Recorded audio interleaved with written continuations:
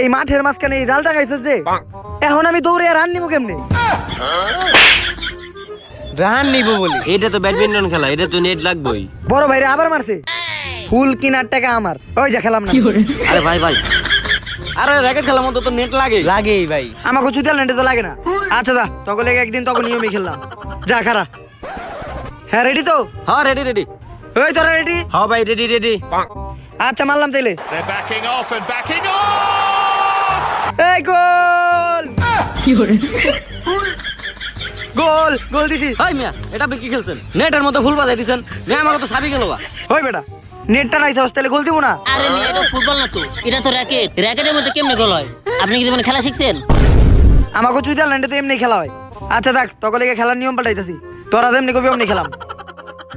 ওই এখন সাপাগো। সাপ করা পারে না, খেলবার আইছে।